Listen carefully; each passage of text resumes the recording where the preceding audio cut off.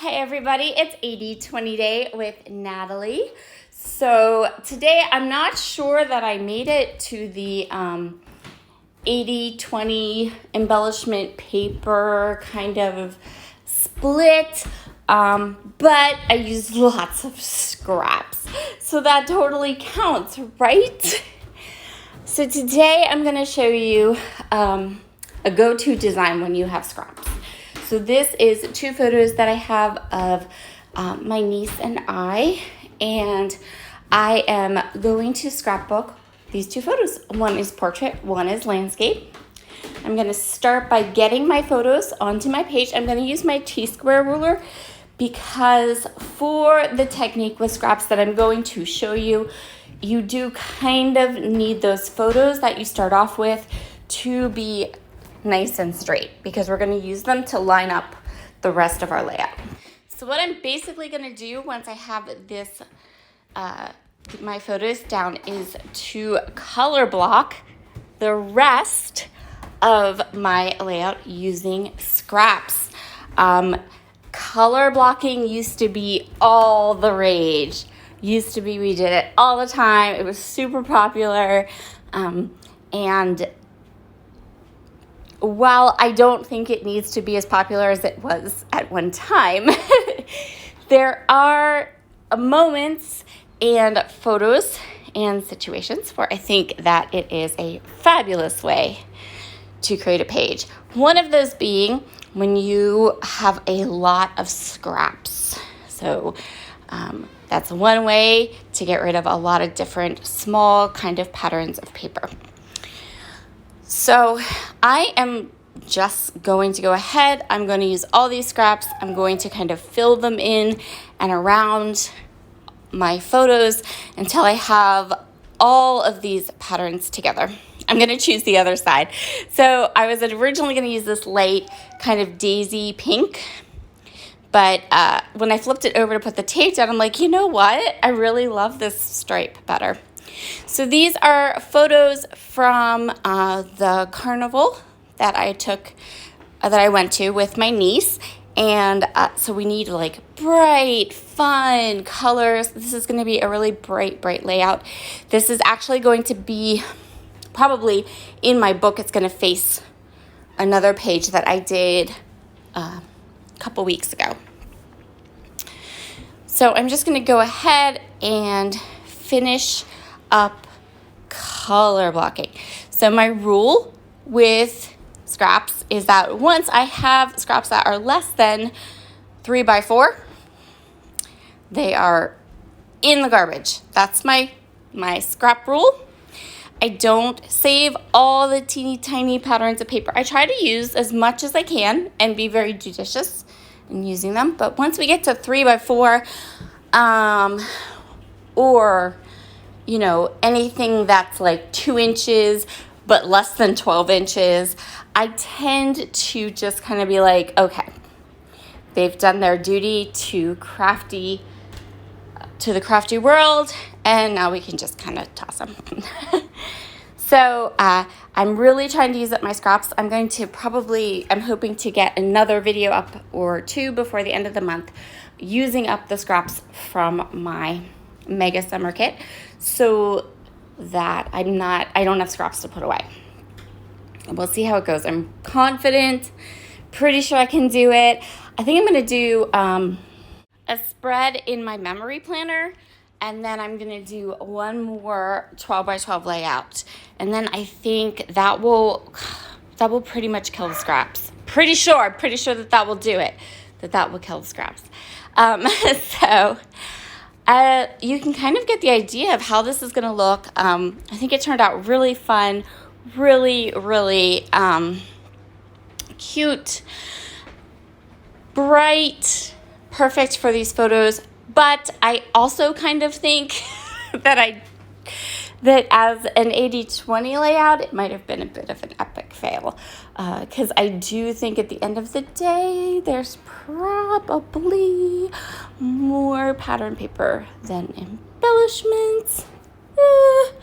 This also has a ton of hybrid elements in it. all the die cuts. See, if you kind of look above, you'll see all the die cuts. Those are all the ones that I want to try to get on this page.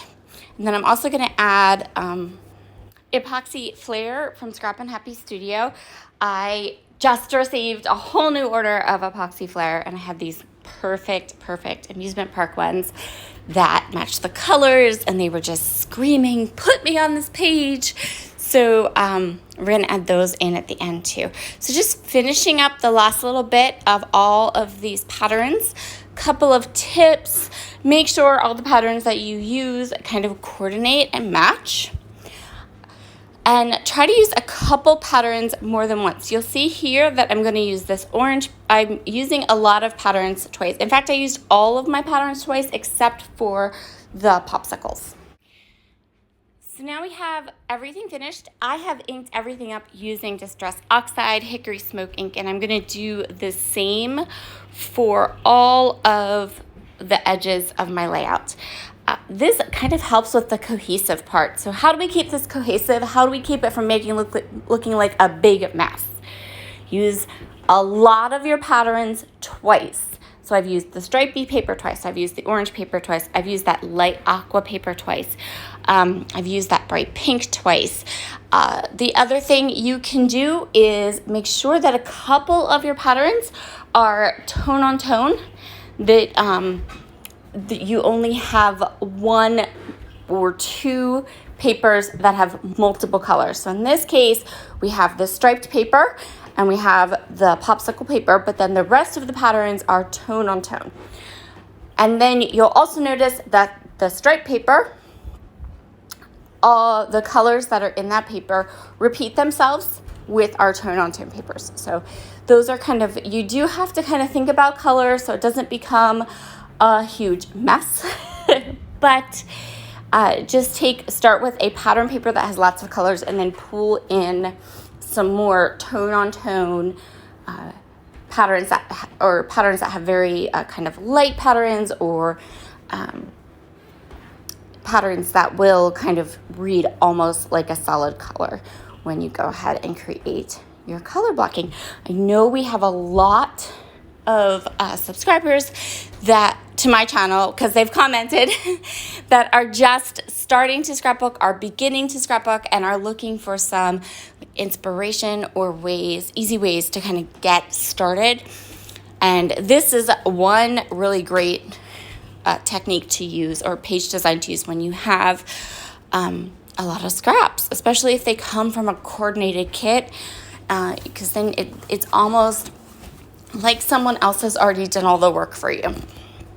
So now I'm looking for those Scrappy Happy Studio epoxy flares, because at this point, as I'm kind of laying out my clusters, I realize that I bought them. I have them. They're here, and I can go get them.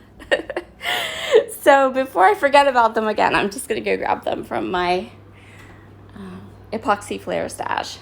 These epoxy flares are super cute. I will leave my Scrap and Happy Studio link to the website in the description box for you in case you need some amusement park flare, or any kind of flare really. Okay, so next I'm just going to decide where everything goes. So right now nothing is stuck down, right? And what I've chosen to do for embellishing is to have a diagonal design that goes from the top right to the bottom left. What that does is that way your eyes can follow that line. It's going to take you down through the photos, which should be the focus of your layout anyway. And it kind of keeps the pattern from taking over, so your eye can still follow this line of kind of fun florals, and you get the idea that there's a lot of color on this page, that there's a lot of pattern, but you also have something for your eye to follow so that you are drawn to the photos, which is the focus of our layout, should always be the focus. The other thing I really like about these particular photographs, and why I kind of chose them for this layout, is because the photographs, while they have that amusement park, carnival fair feel, we are on the carousel, I feel like the colors are not bright in the photograph, which kind of makes them contrast. And so you can, it's almost like the photographs are the resting spot for your eyes. And so again, that makes them more the focus, more what you're going to see when you look at the page. So I am using lots and lots of die cuts. All these pretty floral die cuts. These are hybrid die cuts that I printed myself. A lot of them are from basic gray lines that have been since discontinued. I get digital basic gray collections from Snap Click Supply Company, and I generally spend about $1 for them because on Wednesdays they do this fabulous $1 Wednesday where you can get collections of papers or embellishments from all different kinds of digital companies, and they're $1. A lot of times they are older collections, but I am okay with it because Basic Gray is no longer they're still in business, but they don't make paper crafting products anymore, and I love their stuff. Loved it when they were new and here, bought tons of their papers and embellishments, and now I love that I can pick and choose and get some more of them because they were really, really great products, really great designs.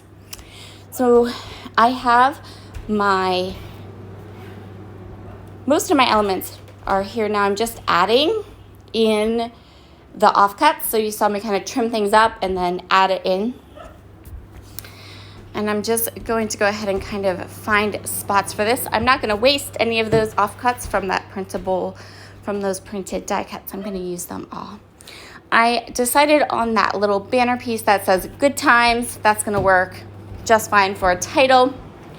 I'm going to think about this little banner piece, but I felt like that was just too busy. I liked that swath of blue under the photo. That was nice and cool, and I had thought about using it because I really love what that banner says, but that's okay. We'll use it on another layout. So I'm just going to go ahead and continue, get these last little bits of trim off, and then we are going to call this layout done. So cute. Love how bright and cheerful this is. Love how it sets off the photos and really creates a mood. So make sure to head over and check out Natalie's video for today. She went bright and fun and colorful too. Her layout is so cute. I will leave her channel link below. And if you need some of those epoxy flare, the website for Scrap and Happy will be down there as well. Have a wonderful day, and I'll see you all again soon. Bye.